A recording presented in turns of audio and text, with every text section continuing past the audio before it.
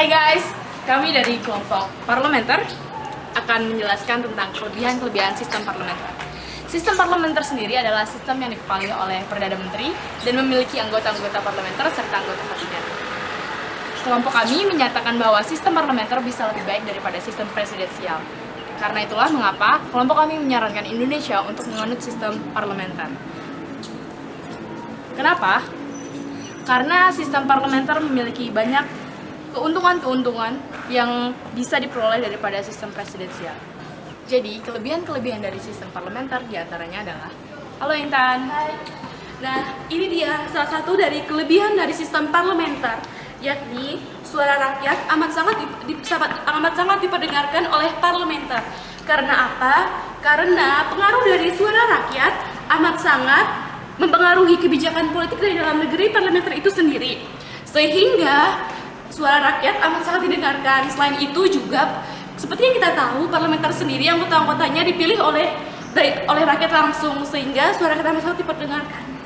Jadi, suara rakyat tidak diabaikan lagi oleh pemerintah, nggak kayak di negeri ini. Nah, tadi adalah kelebihan dari sistem parlementer. Sekarang kalian mengikuti berikut buktinya. Hai Pep. Hai Novia. Oke, ini adalah salah satu lagi tambahan positifnya parlementer bagi Indonesia. Parlementer itu punya mosi tidak percaya.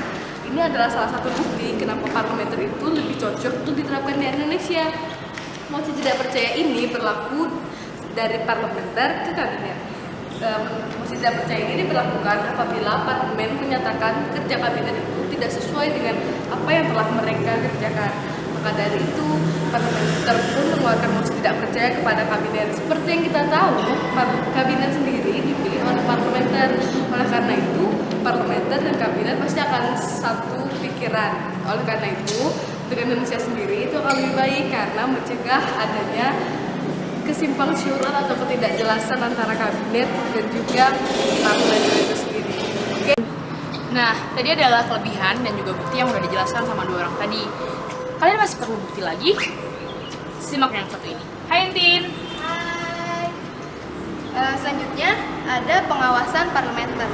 Dalam sistem parlementer adanya pengawasan yang kuat dari parlementer terhadap kabinet. Mengapa? Karena kabinet akan melakukan tugasnya dengan baik dan mengerjakannya dengan sungguh-sungguh agar mereka tidak dijatuhi mosi tidak percaya. Mosi tidak percaya akan menyebabkan mereka digulingkan dari masa jabatannya yang membuat sistem pemerintahan menjadi tidak stabil. Dengan adanya pengawasan parlementer ini, mereka akan bekerja lebih hati-hati dan dengan baik. Lalu ada tanggung jawab. Dalam sistem parlementer adanya garis tanggung jawab yang jelas. Parlementer akan melaksanakan tugasnya sebagai parlementer dengan baik dan eksekutif akan melaksanakan tugasnya sebagai eksekutif dengan baik. Nah, udah dijelasin lagi kan? Sekarang kalian masih mau bukti lagi? Berikut buktinya. Hai Asep. Halo. Ya, saya akan menjelaskan sedikit tentang sistem parlementer. Di dalam sistem parlementer ada dua partai. Yang pertama dominan dan yang kedua oposisi. Ya, dominan adalah yang memenangkan pemilu. Dalam artian dominan ini adalah suara rakyat, di mana pemerintahan tergantung sistem dominan yang digunakan rakyat tersebut. Dan yang kedua oposisi. Oposisi adalah suara yang paling sedikit, di mana partai tersebut jarang digunakan. Ya.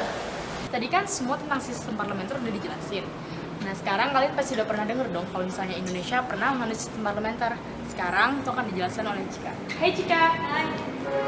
Jadi guys, Indonesia itu dulu pernah menganut sistem parlementer, tapi ya katanya itu gagal. Dan sistem parlementer di Indonesia hanya berlaku selama 10 tahun. Coba aja kita bandingin sama sistem pemerintahan presidensial yang udah ada sejak sudah diterapkan 50 tahun di Indonesia, tapi belum ada perubahan sama sekali sampai sekarang. Coba aja kalau misalkan Indonesia menganut sistem parlementer, mungkin Indonesia akan menjadi negara yang lebih maju. Jadi, sistem pemerintahan yang baik untuk Indonesia adalah